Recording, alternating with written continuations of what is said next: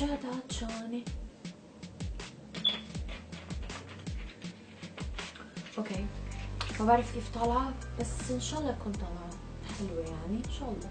هاي الكل، كيفكم؟ ان شاء الله تكونوا بألف خير وانتم عم تشوفوا فيديو اليوم بهذا الفيديو رح اعلن عن الفائزين الثلاثة بالمسابقة الماضية، وفي مفاجأة انه في مسابقة جديدة، ولهذا السبب انا اخرت اعلان الفائزين يومين او 3 ايام، لانه كنت عم جهز لكم مسابقة ثانية، يعني لهيك كنت عم جهز هاي القصة كلها مشان نظبطها انه اعلن عن الفائزين واعمل مسابقة جديدة، لانه حسيت كثير حبيت المسابقة اللي عملتها اللي هي التابلت، وكله تحمس وحبيت الهدية، فقلت ليش لا خليني اعمل مسابقة ثانية. اول شي خلوني اعلن عن الفائزين، والفائزين هن هدول. الف الف الف الف مبروك لإلكم، وانا بعثت لكم رسائل وعم بستنى الرد. لا تنسوا تبعتوا لي المعلومات تبعكم باسرع وقت مشان ابعث لكم الهدايا.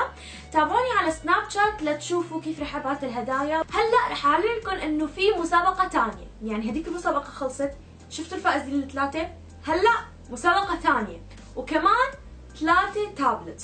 هدول هن الثلاثه تابلتس اللي اخذوهم الفائزين الثلاثه، حطهم هون. اوكي ان شاء الله ماشي. وهدول 3 تابلتس ثانيين للمسابقة الجديدة، وكمان رح يكون في 3 فائزين، وكمان إذا كنت شاب أو بنت فيك تشارك. أوكي نور، حلو، مسابقة ثانية. طيب شو شروط المسابقة؟ نفس شروط المسابقة الماضية، أهم شيء تكونوا مشتركين بالقناة، هي أهم خطوة. بعد ما تشتركوا بالقناة تحطوا لايك لهذا الفيديو وتتركوا لي تعليق تحت. لاحظت بالمسابقة الماضية كثير عالم اشتركوا بس تكتب لي تعليق وما في ايميل. طب كيف انا حتواصل معك يعني؟ فكثير انقهرت لما شفت كثير عالم هيك بتعليقك نفسه اكتبي ايميلك مع التعليق، مثل هدول الرابحين اللي شفتوا تعليقاتهم هيك يعني. فشروط المسابقة كثير سهلة، رح اكتب لكم اياها تحت بصندوق الوصف وشاركوا. شغلة ثانية، في اشاعة منتشرة على قناتي، انا شفت هذا التعليق كان في عليه شي 200 وشوي 270 لايك من عالم، يعني هو حدا تارك هذا التعليق، فكتير عالم حاطت له لايك ومجاوبة عليه ومجاوبة عليه ومجاوبة عليه. انتم بتعرفوا انه الفترة الماضية انا قللت فيديوهات، ولكن السبب كان انه انا عندي امتحانات وبعدني عم بمتحن على فكرة، بعد لي كم يوم واخلص. اشاعة كانت انه وحدا كاتب انه نور ستارز تزوجت وتنسيتنا وما بعرف شو، يعني كأنه هو شاف عرسي وزوجي ام لايك شو هالحكي؟ يعني عن جد الانترنت اوقات بتسمعوا فيه شغلات عن حالكم انتم اصلا ما بتعرفوها، والله العظيم. يعني انه شو، انا طالبة ثانوية هي، بعرف كيف ما بعرف، بس انه اشاعة هي، وانا اللي يعني في كثير عالم بتتركوا تعليقات، بس اللي لفتني كمية العالم اللي حاطة لايكس ومجاوبين عليه عن جد وعم بيصدقوه وعم لايك. كيف هالعالم بتفكر عن جد؟ اوقات يعني على الانترنت بتسمع شغلات عن حالك انت اصلا ما بتعرف كيف العالم بيخترعوها. اليوم رح جاوب عن اسئله كثيره. شو كمان كنت بدي اقول شغله بس نسيتها، كان في شغله، اللهم صل على النبي، اللهم صل على النبي، اللهم صل على النبي عليه افضل الصلاه والسلام. في شيء بعقلي ما بعرف، نسيت. تذكرت. شفتوا؟ دائما لما بتنسوا شغله صلوا على النبي دغري بتتذكروا.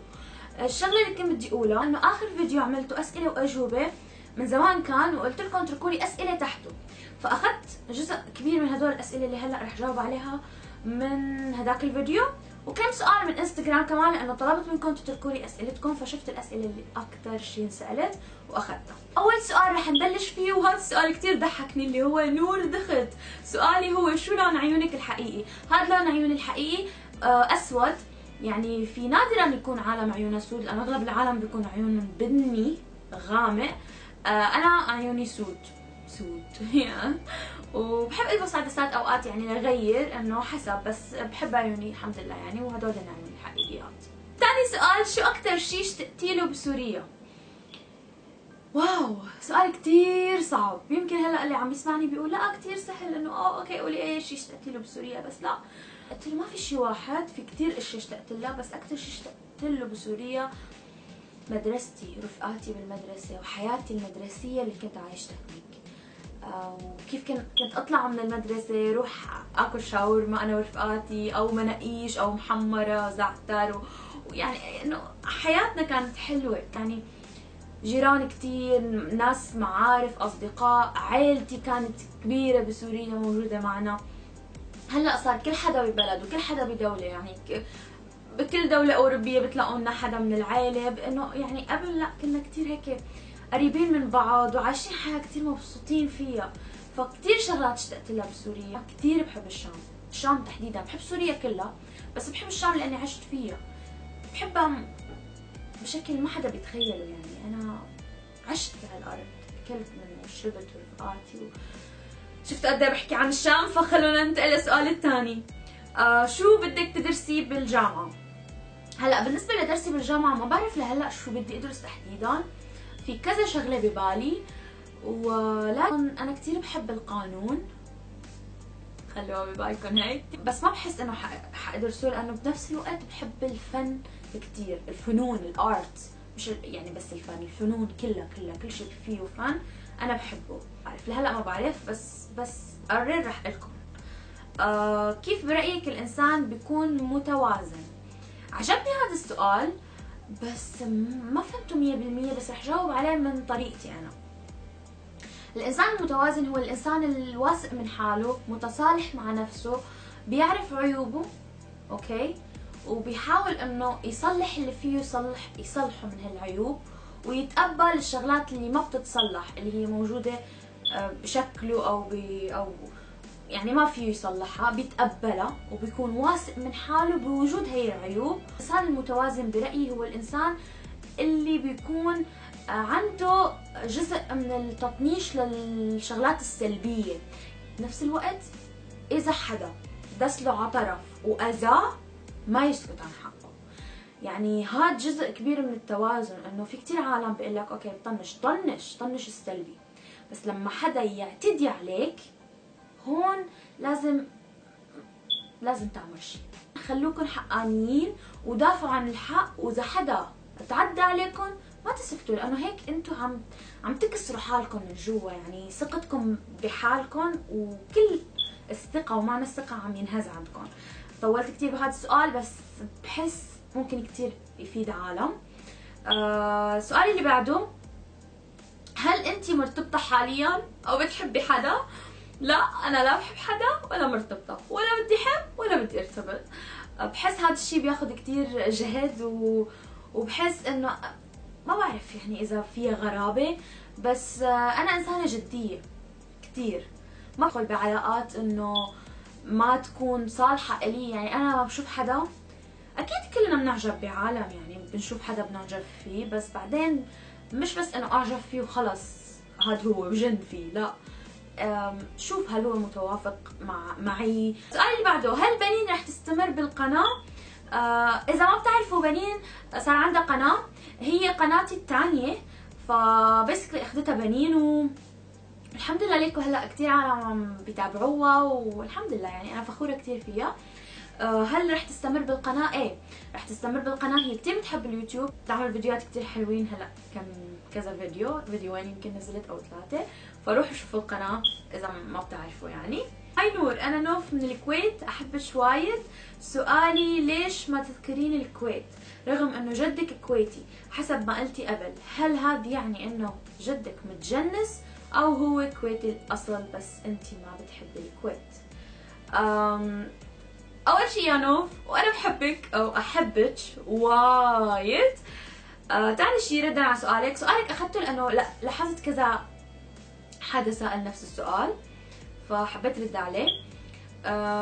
ليش انا ما بذكر الكويت؟ هلا هل جدي متجنس او كويتي الاصل؟ جدي مش كويتي الاصل، جدي عراقي الاصل، ولكن متجنس الجنسية، عنده جنسية كان الله يرحمه الجنسية الكويتية، بس اصوله بتعود للعراق، فلهيك انا بقول انه انا اصولي عراقية. هي الفكرة. يعني اوكي نحن بنعيش ببلدان تانية، بنتجنس جناسي تانية، بس بالنهاية لما حدا يسألنا شو اصولكم، شو بلدكم الاصلي وبلادكم، بنجاوب ببلدنا الاصلي اللي هو العراق. بس يعني هي الفكرة. أنا السؤال اللي بعده، ليش ما بتعملي لو خيروك؟ يا نور كثير قلتي لنا انه رح اعمله وما عملتيه، بعرف طلبت منكم لو خيروك وما عملته. بتعرفوا خطرت على بالي فكرة انه اعمله ما بعرف، يمكن اعمله برمضان. تعرفوا انه لو خيروك من اصعب الفيديوهات اللي الواحد فيه يعملها كثير صعب، كيف كيف بتكوني واثقة من نفسك مع التعليقات السلبية؟ هذا السؤال من سما. لما بتوصلي للثقة بالنفس صدقيني ما بيكون في شيء بالعالم ممكن يهزك. بتعرفي هاي هي المقولة اللي بتكون يا جبل ما يهزك ريح. هي المقولة رح تنطبق عليكي لما بتوصلي لمرحلة الثقة بالنفس. فالحمد لله الحمد لله أنا واثقة من حالي. بالنسبة للتعليقات السلبية بحياتنا العادية هيك عالم، ما بالك إذا أنت على الإنترنت حاط حالك على الإنترنت. يعني أكيد هلأ ليك قناتنا فوق المليون، أكيد من هدول المليون إلا ما يكون عدد الحمد لله هو الأقلية، يعني الأقلية جدا الحمد لله سلبيين. هذا الشخص جاي على قناتي اللي هو مش مجبور ومخير مش مسير لحتى يكتب هذا التعليق، وقرر انه يكتب تعليق سيء وعم بيأذي ليأذي، يعني هو عم بيكتب تعليق ليأذيني فيه. فهذا الانسان بالنهاية ما بده الخير لإلي وما بيحبني وما بيهتم لإلي يعني او فيني او بمشاعري، فليش انا بدي اهتم فيه واعطيه من وقتي ومن اهتمامي ورد عليه؟ وهذا الشيء طبقوه بحياتكم انتم. اذا شفت تعليق مثلا قليل ادب بعطي بلوك من القناه نهائيا، ما بيعود فيه يعلق وخلص. وغالبا ما بشوف التعليقات السلبيه والله عن جد، اذا بعدي يعني وبرد على التعليقات الايجابيه بس، لانه دائما طلع على الكاس المليانه والحمد لله الحمد لله الحمد لله اغلبيه انا كلهم عائلتي واخواتي. السؤال اللي بعده هل انت سوريه؟ قلت لكم انا عايشه بسوريا حياتي، بس انا عراقيه بالاصل. فيا لا تنسوا تشتركوا بالمسابقه وتقولوا لرفقاتكم كلهم انه يجوا يشتركوا بالمسابقه كمان. رح اعلن عن الفائزين بعد 9 ايام من اليوم. لا تنسوا اهم شيء تروحوا تشوفوا الفيديوهين الماضيين بالقناه، كثير بجننوا. هدول هن. انا نور بحبكم. رح انهي هلا عن جد انه يعني خلص خلصنا. بحبكم خيرات خيرات خيرات خيرات خيرات الله، وبشوفكم وين وامتى بالفيديو الجاي ان شاء الله. باي باي.